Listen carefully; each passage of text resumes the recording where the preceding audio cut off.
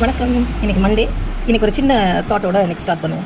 வாழ்க்கையில் நம்ம எவ்வளோ பெரிய இடத்துக்கு போனாலும் கூட, எவ்வளோ கல்வி கற்று, எவ்வளோ பணம் சம்பாதித்து, பொருளாதார ரீதியாகவும், இல்லை வாழ்க்கையில் எனக்கு கிடைக்காத எதுவுமே இல்லைங்க அப்படின்னு சொன்னாலும் கூட, நம்மக்கிட்ட பணிவு, ஒரு மரியாதை இல்லை மற்றவங்க மேலே அப்படின்னா, அந்த படிப்பு, அந்த பணம், அந்த இத்தியாதிகள்லாம் இருந்து இருக்கிறதுனால எனக்கு நடந்த ஒரு இன்சிடென்ட்டு உங்க கூட ஷேர் பண்ணிக்கலாம் அப்படின்ட்டு பஸ்ஸில் போயிட்டுருக்கேன். ஸ்கூல் முடிச்சுட்டு பஸ்ஸில் போயிட்டுருக்கேன். திருச்சி டு தஞ்சாவூர். ஒரு குறிப்பிட்ட காலேஜில் ஒரு 3 பிள்ளைங்க ஏறி பேசிட்டு வந்துட்டு இருந்தாங்க. அதை பற்றி யாரும் பெருசாக கண்டுக்கவே இல்லை. அந்த டைமில் அந்த பிள்ளைங்கள ஒரு பொண்ணு வந்து என் மேலே சாஞ்சிட்டு இருந்தா. கம்பியை விட்டுட்டா. நான் உட்காந்துருக்கிறது டோருக்கு பக்கத்தில். கம்பியை விட்டு ஃபுல் வெயிட்டும் என் மேலே போட்டான். பேகு அவள் எல்லாமே மொத்தமாக சாஞ்சிட்டாங்க. பேசுகிற ஆர்வத்தில் அவளுக்கு தெரியல. நான் அவளை கூப்பிட்டு ஃபுல் வெயிட்டும் என் மேலே போட்டடா, கொஞ்சம் தள்ளி நில்லு அப்படின்னு சொன்னேன்.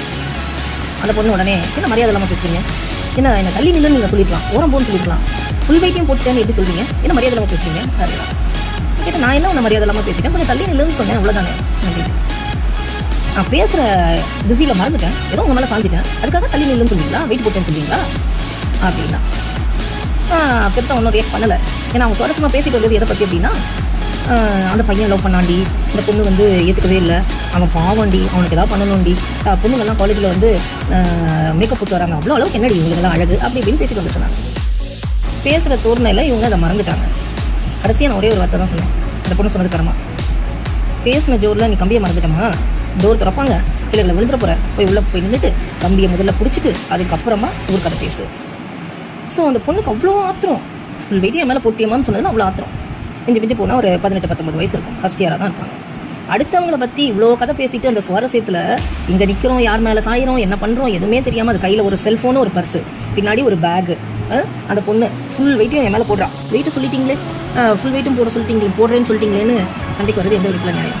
ஒருத்தர் ஒரு சாதாரண விஷயத்தை சொன்னதுக்கே ஏற்றுக்க முடியாது. பெற்றவங்க சொன்னதை எங்கே ஏற்றுக்க போகிறாங்க? நான் கல்யாணம் பண்ணிவிட்டு ஒரு இடத்துல எப்படி அட்ஜஸ்ட் பண்ணி போவாங்கன்றது தான் என்னோட எண்ணமாக இருக்குது. ஸோ நம்ம சொல்கிற அட்வைஸை ஏற்றுக்கணும்னு அவசியம் இல்லை, காலத்துக்கு கேட்கலாம். அதில் நம்ம கேட்கணும், நான் செய்யணும்னு அவசியம் இல்லை. அதை கொஞ்சம் யோசிச்சு பார்க்கலாம். நம்ம ஒரு டிகிரி முடிச்சுட்டு நம்ம தான் மேதாவி, அவங்கெல்லாம் வந்து ஜீரோ அப்படின்ற மாதிரி இந்த காலத்து பொண்ணுங்களுக்கு இருக்குது. பொண்ணுங்க மட்டும் இல்லை, இளைஞர்களுக்கு தேவையில்லை. எல்லாரையும் நான் சொல்லலை, ஒரு சிலரை மட்டும். படிப்பு ஒழுக்கத்தை கொடுக்கணும், படிப்பு பணிவை தரணும், படிப்பு ஒரு எச்சரிக்கை உணர்வு தரணும். அப்போ தான் நம்ம படிக்கிறோன்னு அர்த்தம். இல்லைனா என்ன படித்தோம், நம்ம எவ்வளோ பெரிய மேதாவியாக இருந்தோம், எந்த பிரயோஜனமும் இல்லை. நீங்கள் என்ன சொல்கிறீங்க?